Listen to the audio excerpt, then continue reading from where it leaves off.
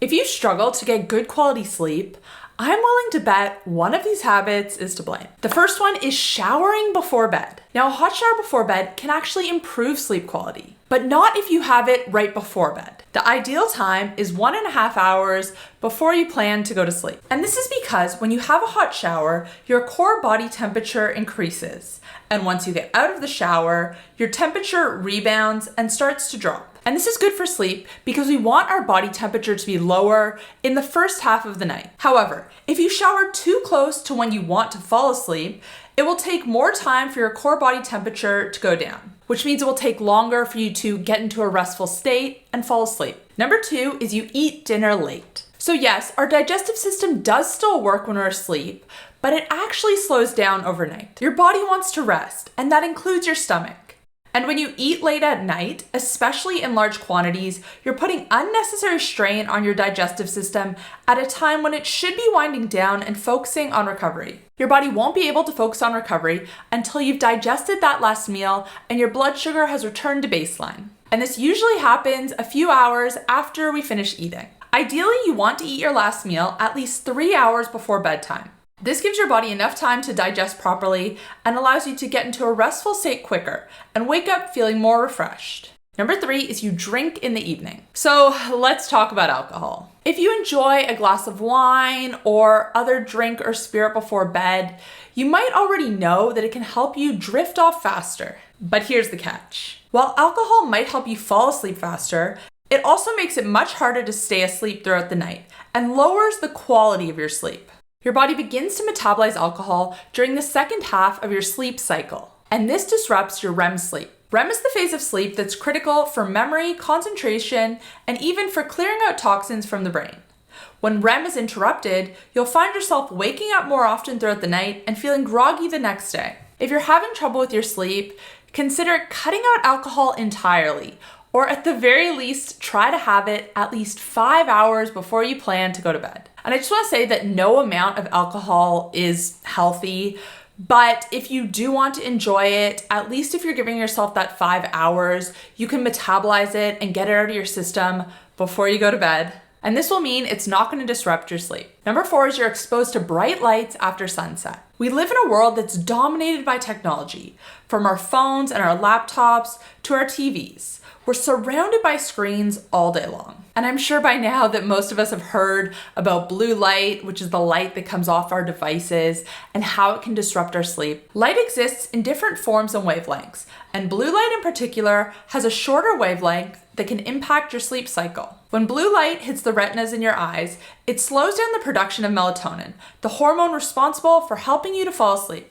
In fact, studies have shown that blue light suppresses melatonin twice as much as any other type of light, and exposure to it can shift your sleep cycle by up to 3 hours. So if you're someone who falls asleep watching TV, or you're someone who scrolls on your phone in bed, it might be time to rethink these habits. Now, I'm not saying that you have to go cold turkey and stop watching TV, put away your phone as soon as the sun sets. But by wearing a pair of blue light blocking glasses that are made for evening use, you can eliminate the negative effects of blue light. And this is such an easy solution. I've had this pair of blue light blockers from Bon Charge for probably 5 or 6 years now.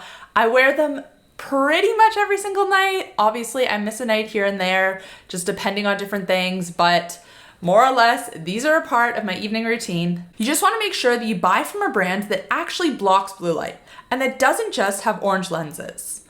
I love Bon Charge because their glasses are lab tested, so you know they're doing what they say they are. And even better is that you have the option to get them with prescription lenses, which I know is a concern for a lot of people. Another one of their products which I really love is this red reading light. So again, there's no blue light coming off of it. This is great for evening use. If you want to check out Bon Charge, I'm going to put the link to both of these products in the description box down below, and you can use code HCK15 to save 15% off your order. And because I know I'm going to be asked, they do ship worldwide. Habit number 5 is that you're working out late. Now, while exercise has been proven to improve sleep and overall is fantastic for both your physical and mental well-being, while it's known to reduce anxiety and lift your mood, if you're working out too close to bedtime and you're pushing yourself too hard, then it can be counterproductive for sleep. Again, this comes down to your core body temperature rising when you're exercising, And while it does eventually cool down, this process takes time.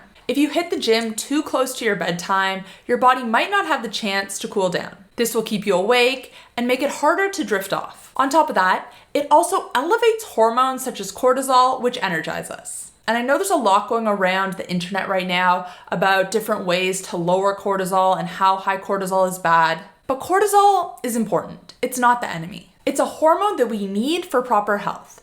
It helps to energize us. Now, chronic high cortisol, that is what we want to avoid.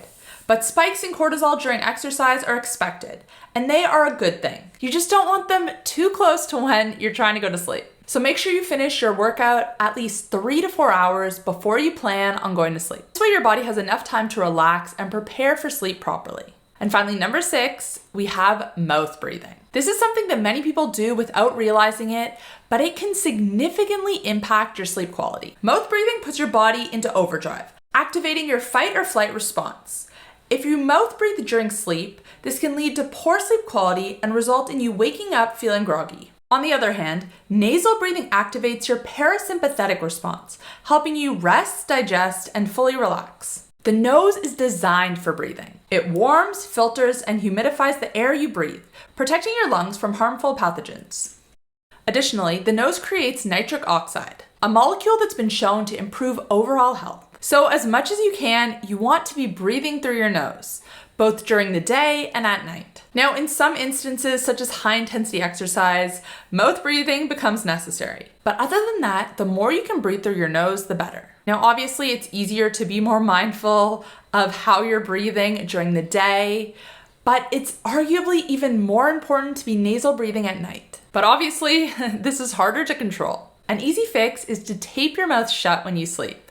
And hear me out, because it's not as crazy as you might think. Mouth taping for sleep has been studied and is considered to be safe. There's even specific tape you can buy that's been made just for the purpose of mouth taping, from brands like Somnifix. This tape is gentle on your skin and has a small breathing hole if you need it. I'll put the link to Somnifix mouth tape in the description box down below as well. Now, I want to hear from you. Do you think any of these habits are what's negatively impacting your sleep? Are there any habits we spoke about today that surprised you?